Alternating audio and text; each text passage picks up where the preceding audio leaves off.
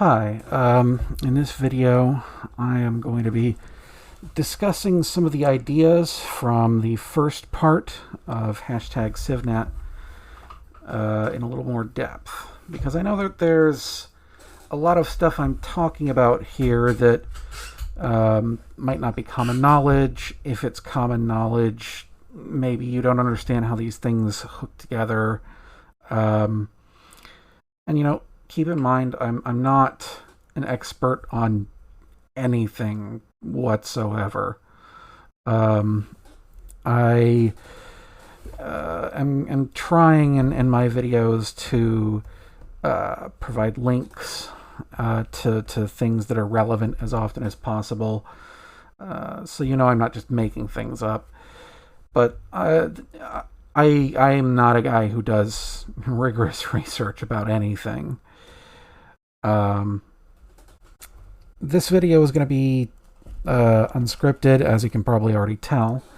I'm thinking if this works well, I'll keep doing it this way for each of the in-depth discussion videos in the manifesto series.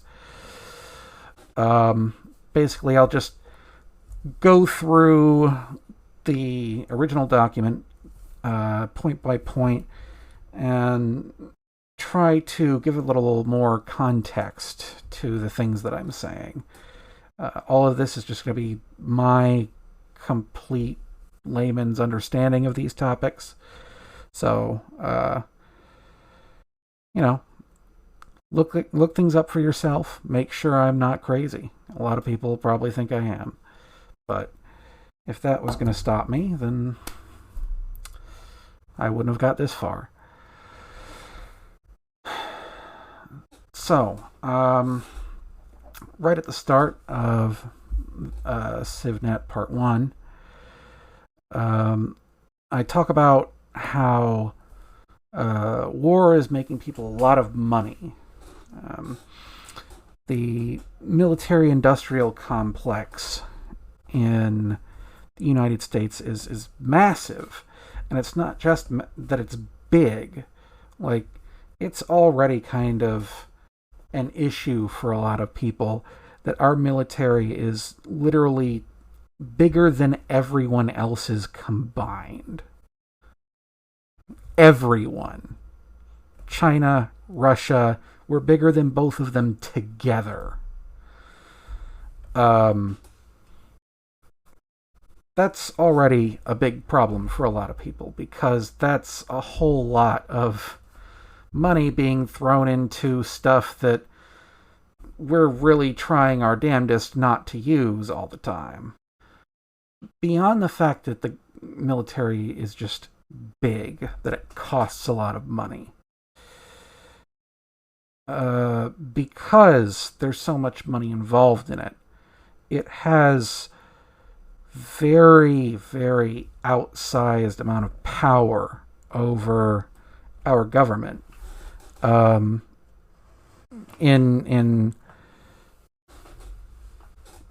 was more than one time during the Trump administration where he tried to end a foreign war, and the generals were just like, no.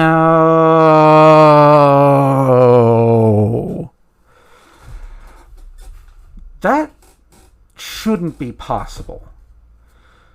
That's totally illegal.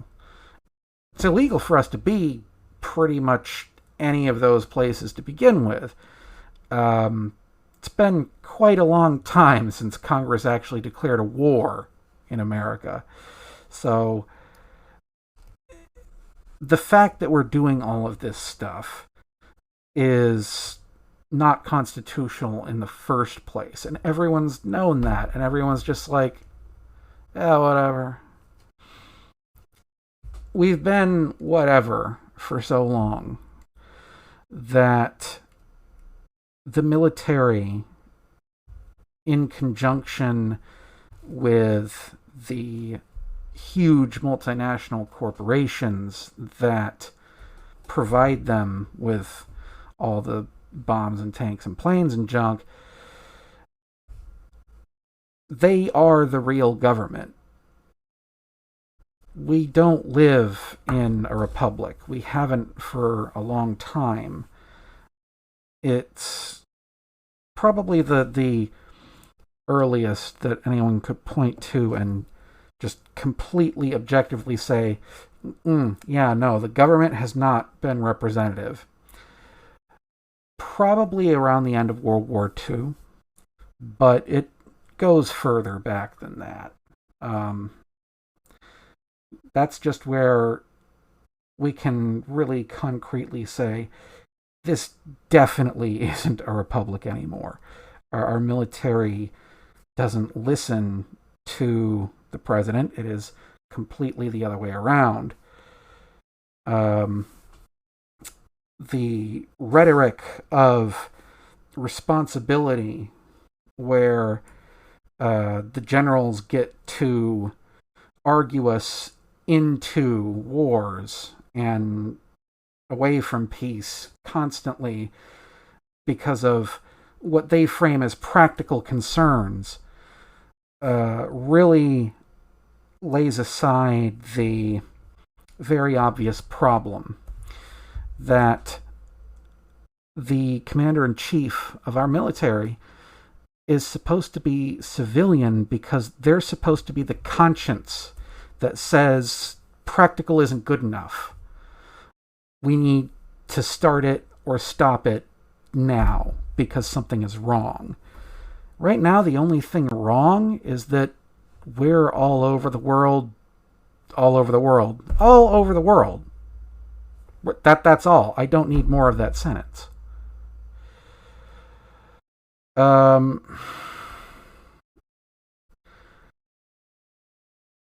Anything further than that, probably better to put it in a discussion than try to explain it to you, because there's too much that there's legitimately reason to argue about. I'm never going to convince most Republicans that our government is full of war criminals unless I name all the Democrat ones. Vice versa. People don't think that war crimes actually exist and are a thing that our government does. They pretty much just accuse the other side of it to, gain political clout. They never really mean anything, it seems like. Or at least that's what it looks like in news media. If you talk to any real person, they hate this. It doesn't matter who they're voting for. They want it to stop. They've always wanted it to stop. They wanted it to stop literally since they started watching TV, because it's always there. We've been passing wars along generations, wars that aren't declared, where there's no really clear definition of who the enemy is, just war for the sake of it. And we need it to stop. And the only way to do that at this point is to replace the federal government, because it doesn't listen to us anymore. Well, if it doesn't listen to us, how do we do that? That's what elections are supposed to be for. But we keep seeing every single election cycle a whole lot of politicians start their career saying, bring the boys back home. And as soon as they get in office, they sell out immediately. Totally. You can watch them sit on their hands. They always listen to Mama Bear.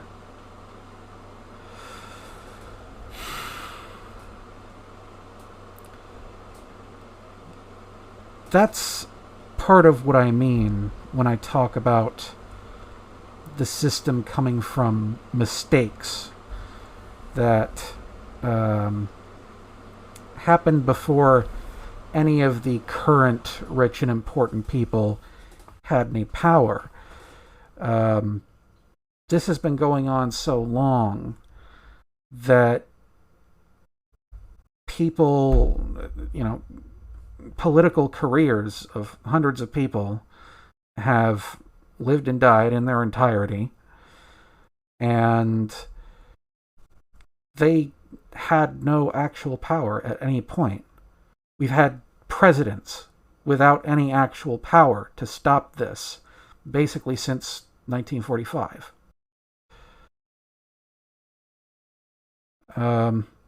Eisenhower warned us that that was happening right after World War II, and nobody understood it except for the people with the money and power to shape the narrative and make sure that people would continue to not understand it.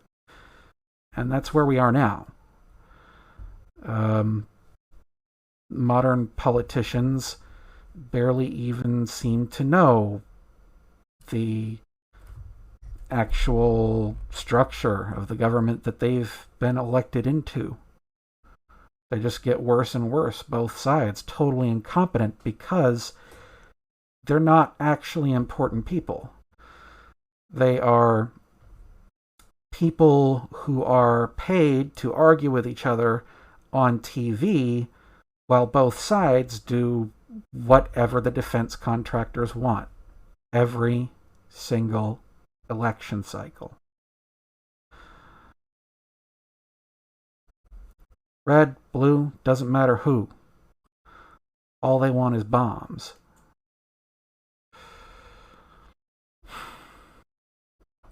So, when I talk about being angry at rich people, that's why. Because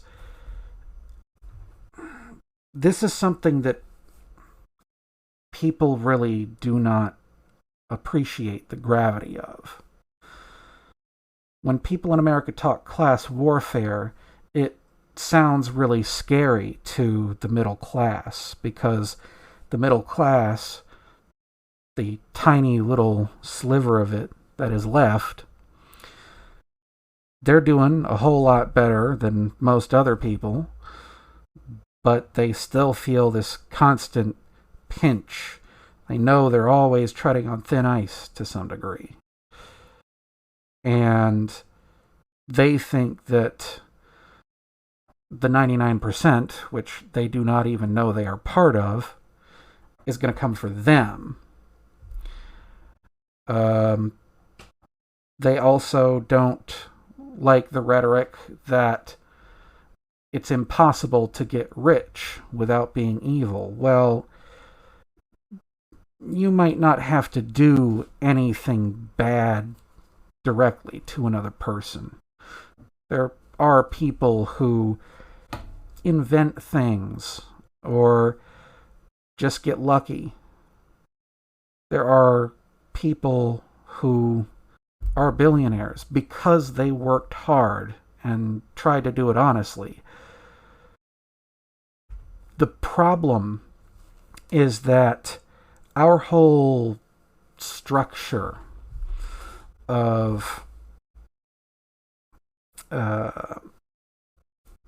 how taxes are collected, how decisions are made about that tax money, all of it is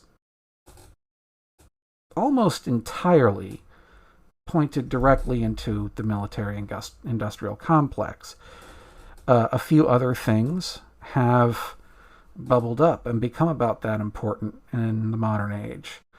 There's now a prison industrial complex.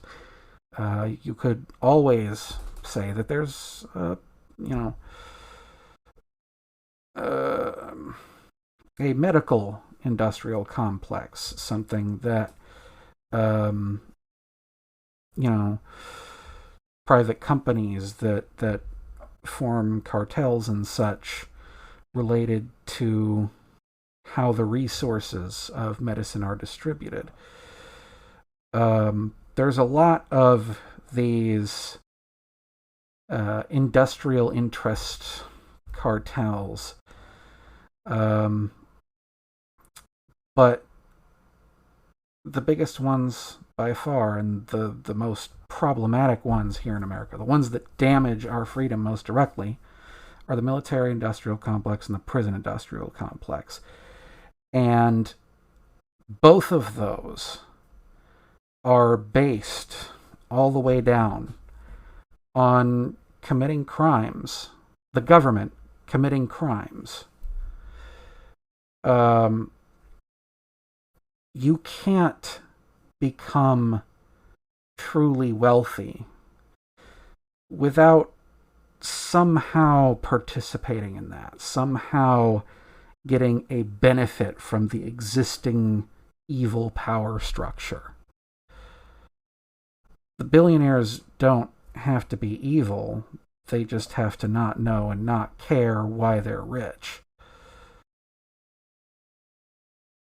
There is a sense in which all of them, and by extension, all of us who do not constantly scream out for it to stop, we're all responsible for this. All right, as far as I can tell, the rest of this first part here, these are all things that I'll be explaining quite a lot in other parts of the original document. So I think that's good enough for this video. If you've been watching, thank you. Please help me get this out there. I think we can actually do something about this. We've been stuck in this for quite a long time, and a lot of very important people have failed to do anything about it. But I believe in you. I've seen what Americans can do when we start using the tools available to us. I guess that is one more thing I should probably say. Like, something that almost everyone says to me is that we can never have a constitutional convention. It's never happened before. It's too hard to do. You have to get too many people all aligned on it. Well, right now, we know that there are millions of people who don't want these wars. Millions. They feel like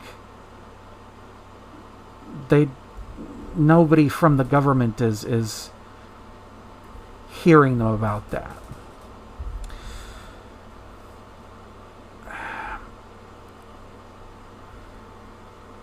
You know those special electrical outlets that they put in bathrooms? They've got those buttons on them because there's something in there that keeps you from getting a shock if it detects that electricity is going somewhere it isn't supposed to.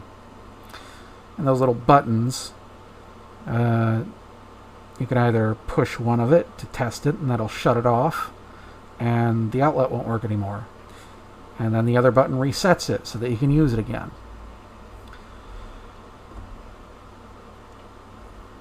There was a very important safety tool put into our Constitution called Article 5. And it was designed to be pretty hard to use because it's not something you're supposed to do, every year or anything like that. But if you never even test it, if you never even try that thing to see if it still works, that special outlet doesn't protect you from anything. It doesn't matter if you think it's impossible to form a constitutional convention. You should be trying to do it because we need to test that it's possible. Or it won't protect us. The Constitution means nothing if we can't do it. I know that we can do this. I believe in you, America.